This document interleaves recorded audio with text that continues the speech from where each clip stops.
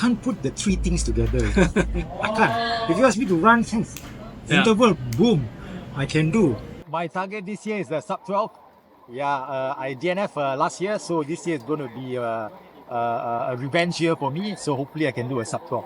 Okay, we're here with Nigel, who had a really good race in Langkawi, but maybe before that, how long have you been doing triathlon?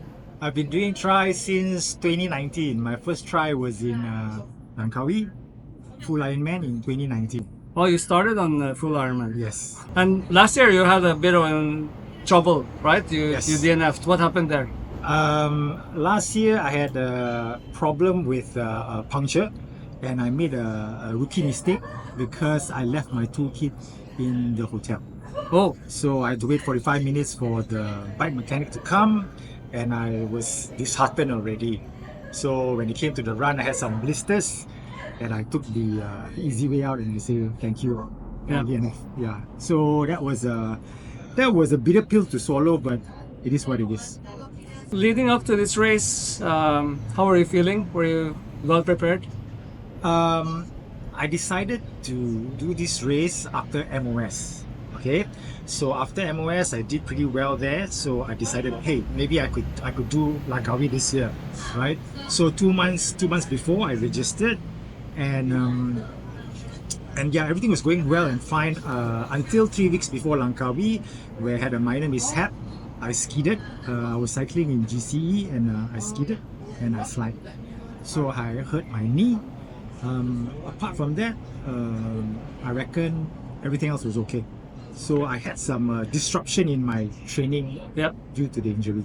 Okay, let's go to the race day. So you arrive at T1 in the morning, like everyone else. It's dark. Race is maybe an hour or two away. How are you feeling? What are you thinking?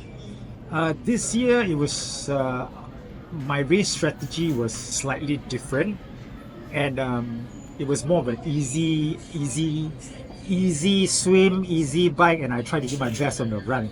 Previously, that was not my racing style. Previously, it was hit the swim, hit the bike, and die on the run. Okay. So this year was different, and I enjoyed my race. So coming into T1, I was relaxed. The swim start, I think just before the swim, the strategy came. Okay. Because I've got my Batman kit. I never said thank you.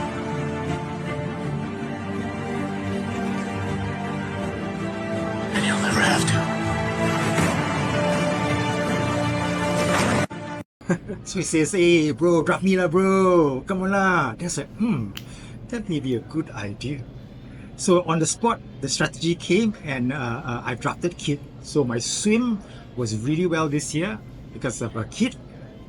So I did a PB on swim. Oh, okay. Yeah. Congrats. Yeah. How was the bike for you? I know that's one of your strengths usually. Yeah, the bike was, I was holding back, right? So I was hovering around the zone 2, just slightly above zone 3 for the bike. I did pretty well as well. I was hoping to hit 30 kilometers per hour, but I think I did about 29.8. So it was a good ride. I didn't push myself, and I was ready for the ride. So it was good. Yeah, so it sounds like you had you're saying different strategy this year, managing the efforts a bit better than previously. Yeah. All right. Then T2, you're ready for the run, you said, so you felt fresh? I was ready for the run. I felt fresh. I came out first K 5:18. Wow. Second K 5:20. I was thinking, no way, bro. Drop. So third K went down to 5:50 around there, which is the pace that I wanted to hit. Yep. Yeah. I was very comfortable doing that pace until about the 24-25 kilometer mark. That's when it started to hit me, and it's like, oh, what's going on, man? This is supposed to be 30 kilometer or 32, not at 24, 25. So that's when the struggle started. Yeah, that's interesting, because I think, when you're a slower runner, you struggle a lot on the run. It gets painful, and you see these fast people, they're past you, and it looks like they're not in pain, but you were also struggling. You said you also felt pain. Yes, I was definitely struggling. All right, I was definitely struggling, and it didn't help because of my knee injury. Yeah. And further to that, socks was wet from the bike, so I had some blisters. All right, but overall my muscles were starting to fade, so I couldn't stride. I couldn't really run with high hips and stuff like that. So I slowly starting to fade to a point where there was no more stride. It was just front moving only, Okay. only forward moving. Yeah. And what do you do when it starts to hurt? You know, like you start to feel the pain, it's going a bit slower. Do you have any like mantra you turn to? Do you sing a song or do you count your steps or what keeps you going?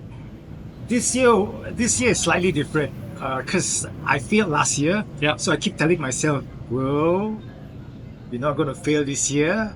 And because last year I didn't give it my all. I knew I could have finished it, but I did not. So when I went back, I felt I definitely regretted.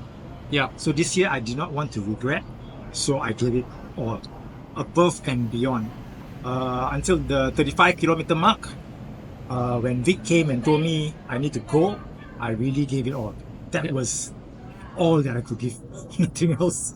Because you finished quite high. I mean, in your age group, you were second, right? Yeah. And for Malaysian men, you were like top 5, 6. Yes. But you're telling me that your main motivation was still you against you. It was still the failure of last year driving you to not fail again. Is that correct? Yes. It was not about the podium. It was not about.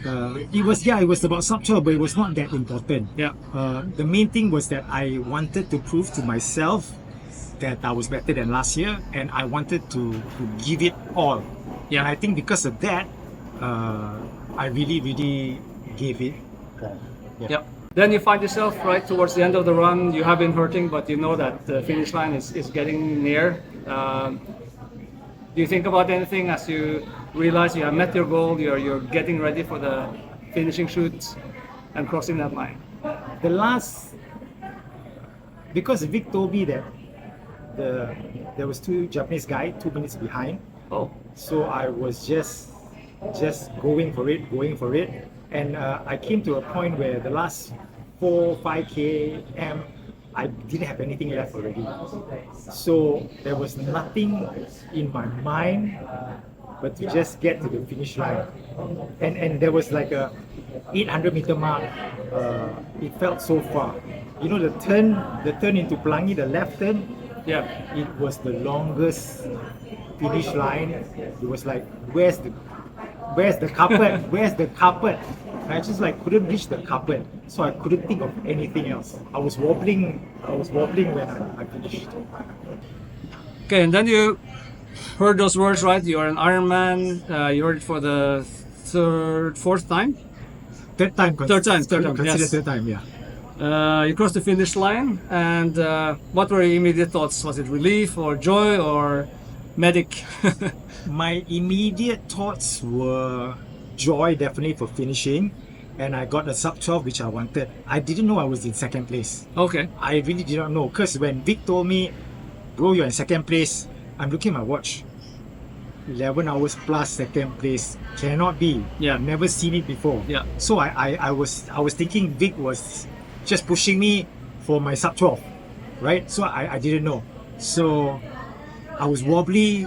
I just needed to go to the medic. Yeah. Okay. So I didn't think much. I know I got myself 12. I'm done.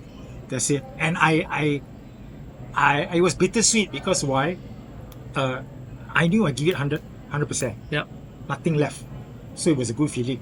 But the feeling of an empty tank inside physically, oh, it hurts so bad. Hurts so bad. Yeah. Yeah.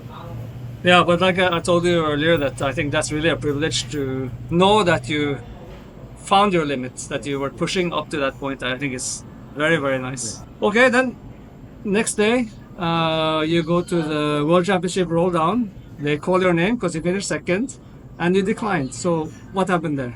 I didn't think much about the World Championship because Kona is always the one to pick. But there was just no motivation. Right. Just like not much explanation. I didn't think about it. I didn't thought about it. When they called my name out, I was just really roll over.